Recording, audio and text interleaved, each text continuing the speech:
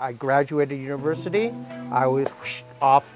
I hopped on the plane and then headed to Taiwan. When I got off the airplane and those sliding doors opened, it was just a flood of humidity and heat that nearly knocked me off my feet. I discovered right off the bat my love of bubble milk tea and chicken steak.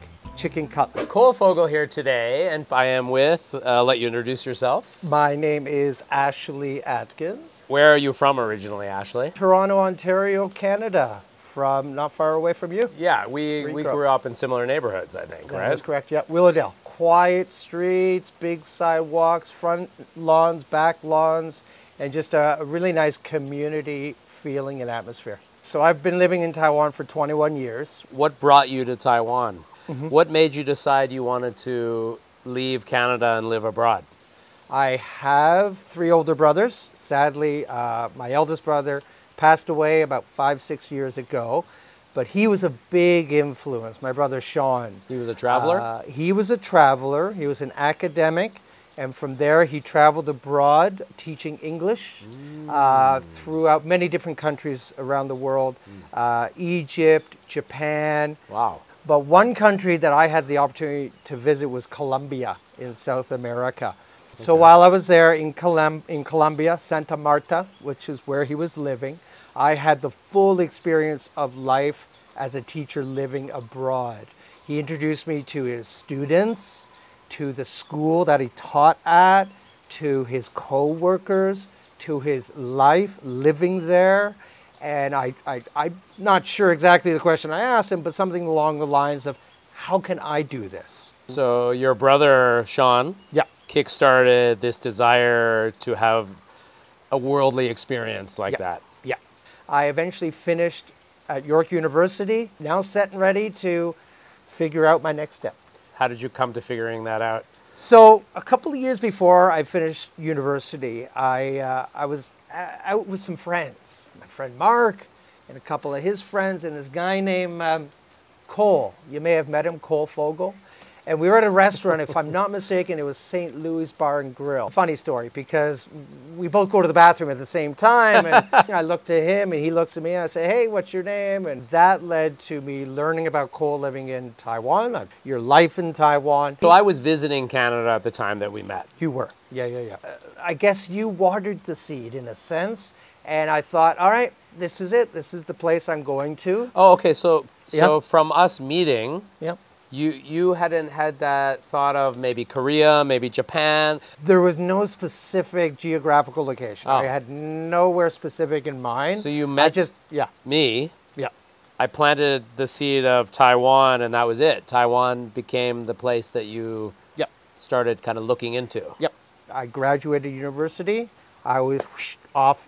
I hopped on the plane and then headed to Taiwan. Okay, so you bought the ticket. Where did you arrive? I arrived in Taoyuan Airport. Yeah. And at the time I was wearing blue jeans. When I got off the airplane and those sliding doors opened, it was just a flood of humidity and heat that nearly knocked me off my feet. I met this family on the plane that may have, I think they lived in Taiwan, but were visiting Vancouver. Taiwanese family. Yeah, and they all spoke English, and they were heading down to this city called Taichung, and they helped me get on this Feigo at the time, a free go bus, I think. Got off on, I believe it was Li Ming Lu. Not Zhonggan Lu, it was Li Ming Lu? It was, I think it was Li Ming Lu. Can you remember your first week in Taiwan?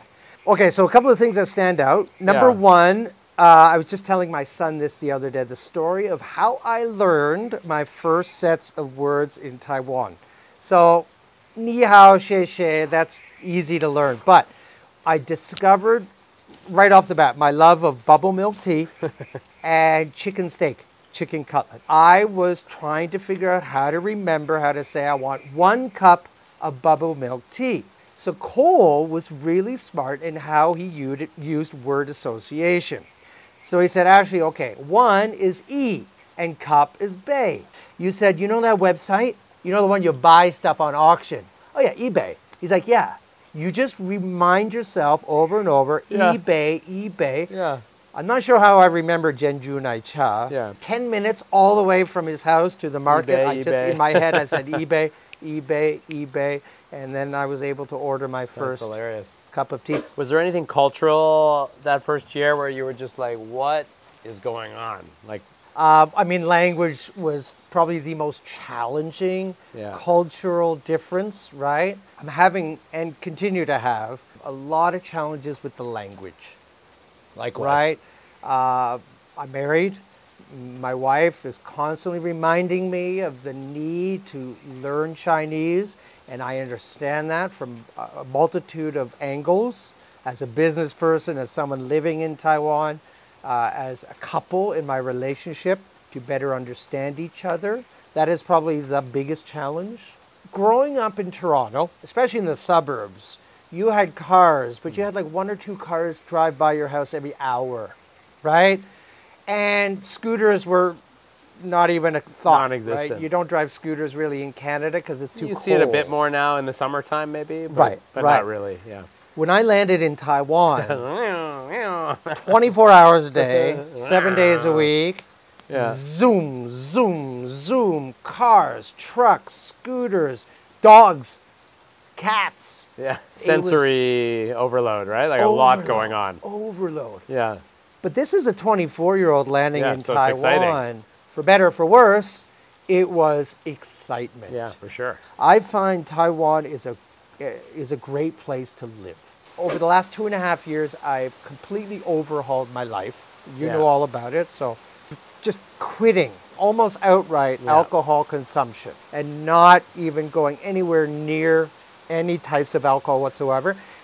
But during that time, and it was a long period of time, over 2 decades in fact, of alcohol consumption, I was doing it on a very, very regular basis. Not necessarily seeing it as an addiction, but not seeing it as a problem that was perpetuating and actually getting worse over time. And accessible 24 hours a day, I just continued on my merry way. At the time, I would come up with all sorts of justifications. And so I was always trying to come up with reasons to justify why alcohol is helping me become, more confident, more outgoing. And it was actually my mother who sat me down in a movie we watched together that it opened my eyes and my ears. What was the movie? The movie is called The Sun. And that theme is very heavy, but it also wakes up every parent to maybe what we are lacking or what we're doing or how we're harming our next generation. And so thankfully to my mother, thanks to that movie, I made the change almost overnight. What did you replace alcohol with? 2022, my family and I were planning to go to the Zhongyang Gongyuan New Year's Eve party in Taichung, and we set up our blanket, but we set it up like 10 hours before the show, right? As many people do to get the best spot.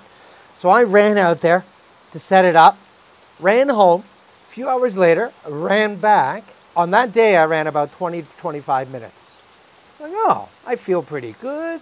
So the next day, January 1st, didn't drink, woke up nice and early, and I went out for another 20-minute run. And the day after that, went out for my 3rd day in a row. And then I started to think, I could do this every day for the next year. Do a 1-year challenge. I know someone else who did a 1-year challenge. If he can do it, so can I. So 1 year later, it was December 31st, 2023, I had hit 365 runs in a row. Amazing. So I decided I'm going to do a 2-year challenge. I know, you're still going every day. Not every day is easy, let me tell you. It can be very challenging sometimes to run. It requires the discipline of, it's a rainy day, oh well, I'm going to run in the rain. It's a really hot day, oh well, I'm going to run in the heat. But it's something I absolutely love to do, and it sets me up to be healthier. It sets a really good example for my son. So often people say, well, now you're just addicted to running. I read a lot, and the terminology I read was a passionate obsession.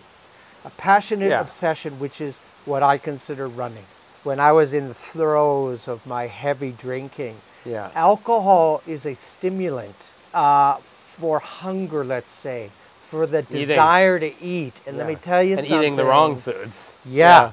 I would cut, 7-Eleven, right? Great store, convenient, lots of variety of food items to purchase. But when you're drinking, you don't always make the best decisions. And when you get home and you have your Western-style cereals with your maple syrup and your chocolate sauce. And so next thing you know, you're going to bed at 2 a.m. with a tummy like this. So now, not only do I run every day and feel fantastic about it, but when I look in the mirror, you feel better about yourself. I look better.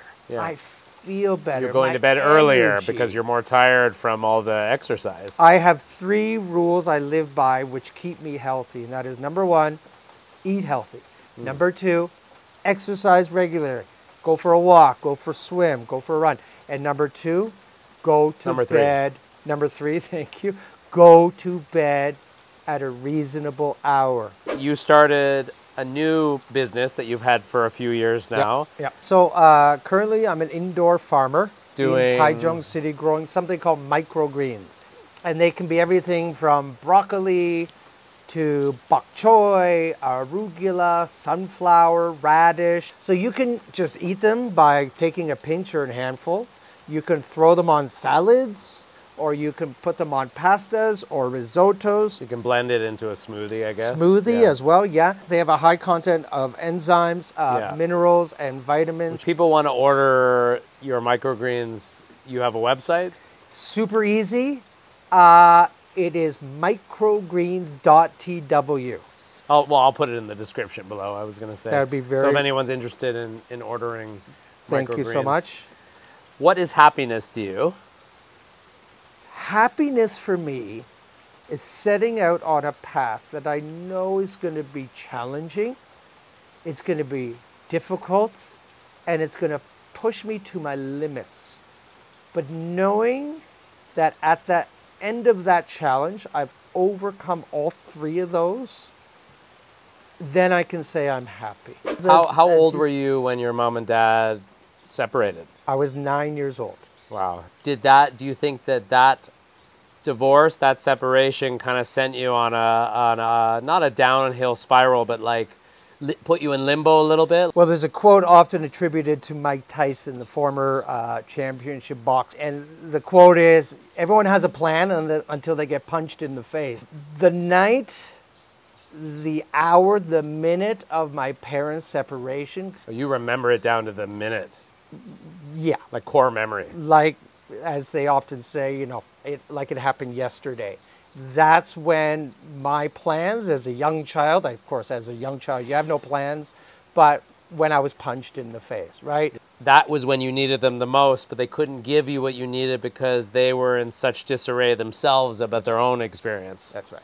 And so, life is life, and they were going through their own very difficult times in their lives. Which you can look at objectively now, but as a 9-year-old, you probably were more centered on yourself, I would imagine, right? Right, of course. Also asking a lot of questions, right? The standard questions, is it my fault? What did I do wrong? Am I responsible? Did they ever let you know that it's not your fault? I can't say word, You don't have a memory of that. I don't have the memory of that. So it's not your fault. Well, thank you. I know that. I'm representing the parent that you needed to hear in that moment, but because I also went through similar circumstances, it's natural for a kid to feel like they might be responsible for that mom and dad not being together, but it's not your fault. But I think you know that now as a grown-up. What would you say to Ashley, who was 9 years old, if you could speak to that version of yourself? Do you have any idea what just happened? Because I don't, and I have no idea how you're going to get through this. But just know that you will. And you have to trust in yourself that you will come out of all of this all right. And I didn't have any of that, except I had 2 really good brothers who tried their best. If they didn't say it to me, at least they tried to give me the physical support to get me through that really difficult time in my life. And I have to thank my brothers Sean and Brent for helping me get through that period of my life. But I'll tell you, man, I wish I never went through it. I mean, we wish every sweet little kid never went through that kind of is unbearable, I think, for a kid. You know, my parents divorced as well. My sister was there for me in those dark moments as well. And that's interesting. My sister was also the reason I came to Taiwan. So it's interesting that Sean is the reason why you ended up here and I ended up here because my sister. But let me tell you something. You know, often my mother, who has had her challenges in life and who did not make growing up easy, but today she's a wonderful person and a wonderful mother and grandmother to my son. She often tells me, Ashley, just get over it, right? You're an adult now, you're a mature man, get over it. Not everybody can just say, let's get over it, and tomorrow's a brand new day, and we will rise above it all. You do the best from where you're at, and it isn't always getting over it.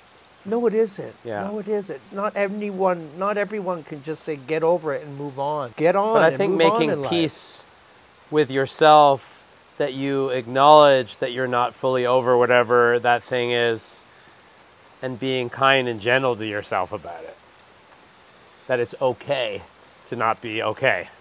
Yeah, I try to give myself a little bit of space. I have a moment when I sit down and I do think about my son and his challenges and what I was going through at his, you know, at that time in my life, when I was 9 or 10 or 11 or now 12 years old. You can give your son, being there for him, maybe what you didn't have because of what your parents were going through. I can give my children what I needed. I can give that to them. And in turn, I'm healing at the same time by giving that to them. Back to being kind and gentle to yourself, because you're just doing the best from where you are, right? Very true about that. We all have things about ourselves that we want to change, but it's the keep moving forward, I think, is the important part about that. From wherever you are, no matter how small that forward step is, it's still moving forward. And always be kind and gentle with yourself. And thank you, brother. You started running and you look like an entirely different person now. Thanks, dude. Well, I hope you have a wonderful morning, afternoon, or evening, wherever you are, and I will see you in the next one. Bye.